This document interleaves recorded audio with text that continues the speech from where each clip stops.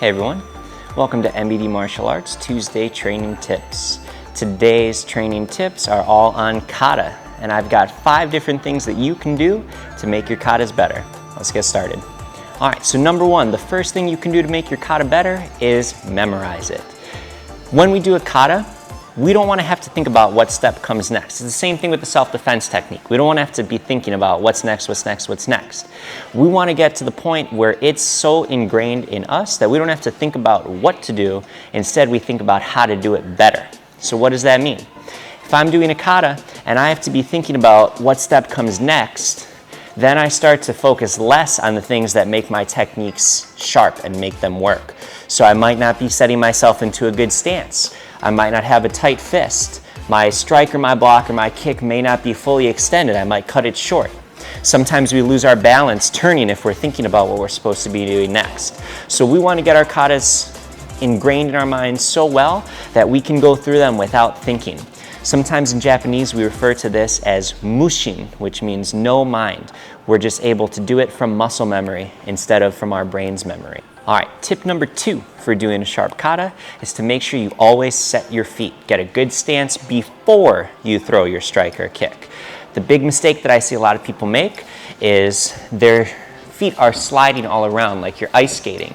And so what happens is we end up throwing punches and our foot is sliding up behind us to where we're in more of a cat stance. And so we don't have any power behind our techniques because we don't have good connection with the floor.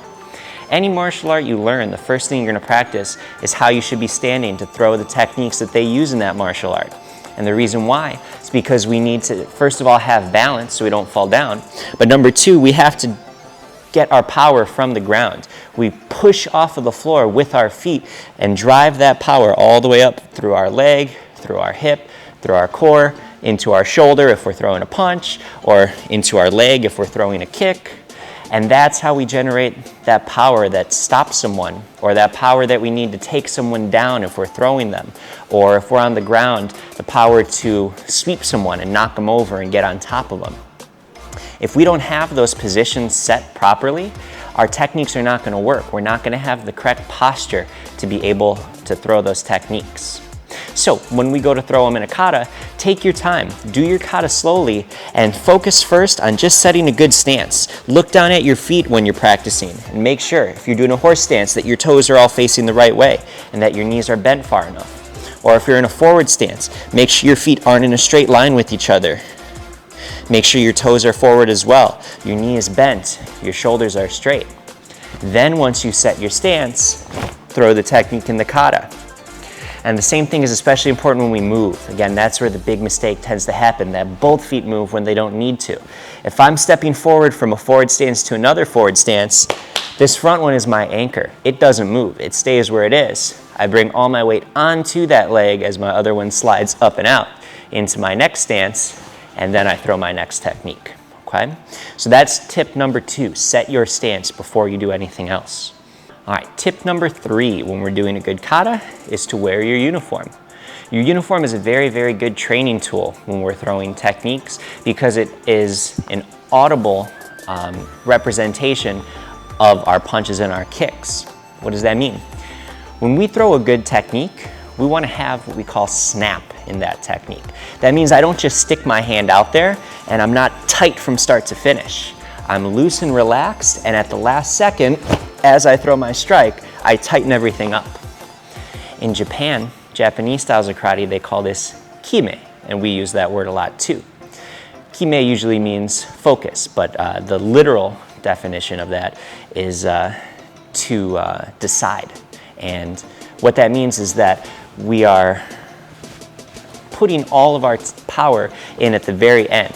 We're staying loose, loose, loose until at the last second, boom, now we've committed to the technique and now we're tightening up.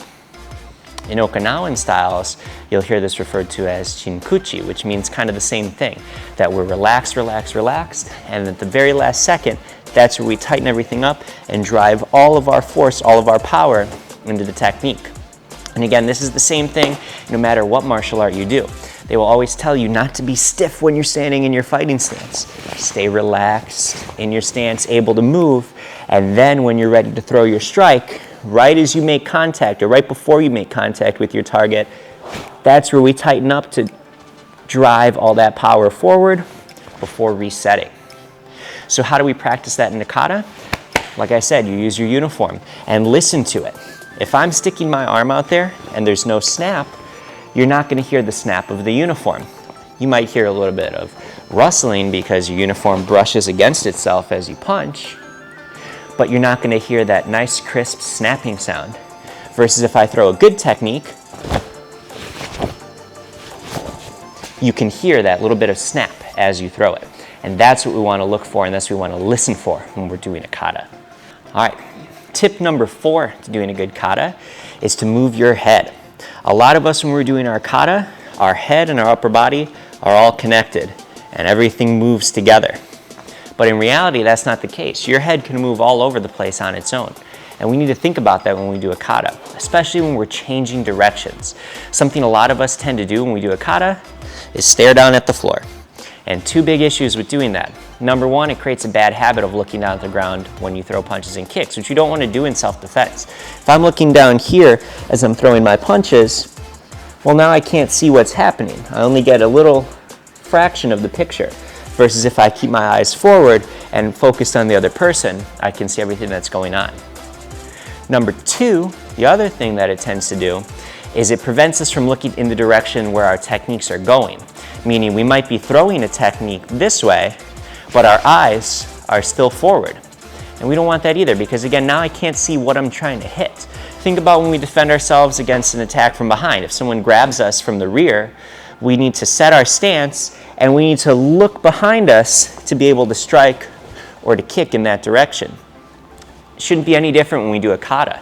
So if let's say I'm doing pin on 1. If I'm in my good stance at the beginning, my horse stance, and I want to do my low block to the side, I should be turning my head first. I see where I'm going. Then I'll turn into my stance, and then I'll throw my technique. And then same thing as I move forward. Eyes are forward as I throw my technique. When I go to turn around, I'm going to look over my shoulder first. Then I'm going to turn to the other side and do my techniques from there, and so on. Same thing goes when we do a spin. A lot of katas have a big rotation. So let's say a little bit further in pin on 1, after I do my 3rd high block, where I want to turn around to the left side, or turn my right side, but I spin to the left side, I need to look in that direction, and then as I step and rotate, my head comes around first, just like any other spinning technique. I see where I'm going, then I set my stance and do my block or my strike or whatever comes next in the kata that you're doing. So move your head. Don't keep it all locked together. Your head should move. It's very dynamic. It's very important when we're defending ourselves to be able to look around and see where we're going or see what we're trying to hit. So use that capability that you have.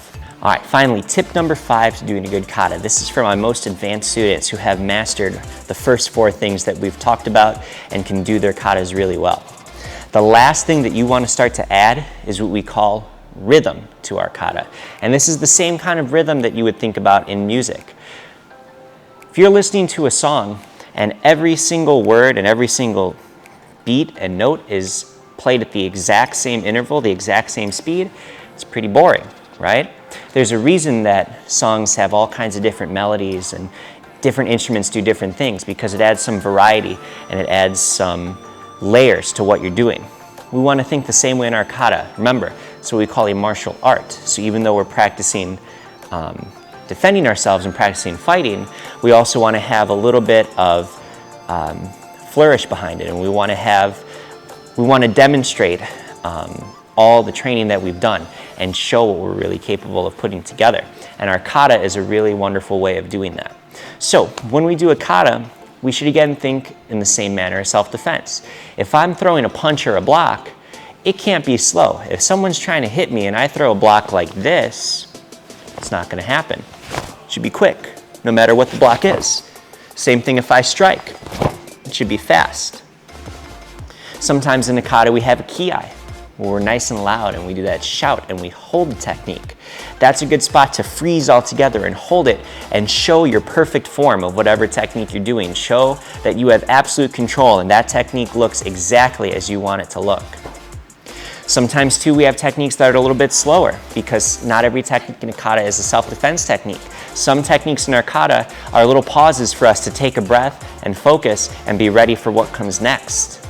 So for example, in a kata known as Basai Dai, there's a section towards the beginning where after we do our opening, which is a bunch of strong, fast techniques, we face the front in our horse stance and we pause for a second and bring our hand out in front of us with a knife hand block or a hook block.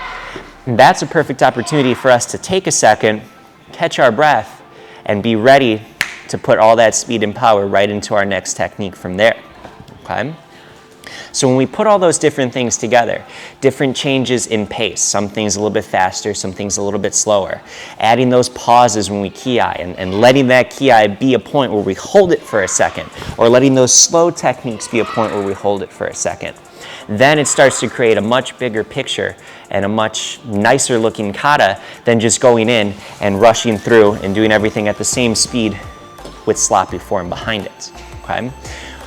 I encourage you to watch some videos of competitors doing katas at big world tournaments or in the Olympics from this past year, and watch for those different things. Everything that I've talked about so far in this video, you're going to see. They always make sure that they're set in a good stance. They never wobble or lose their balance or tip over when they're throwing their techniques.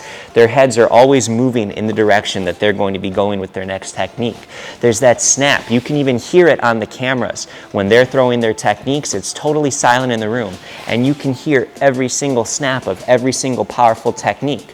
You can see that rhythm where sometimes they'll slow down and they'll hold their technique for a second, take a deep breath, and then bam, they pop out of nowhere and throw their next technique. They throw their next combination. So think about all these things. Try to put them together and show some of our black belts what you come up with and how your kata improves as you do it on your own. All right, everyone, so those are 5 different things that you can practice when you're working on your kata at home. Give them a shot, ask some questions, and next time you come in, maybe show one of our black belts what you'd got. We'd love to see and we'd love to help and give you even more feedback.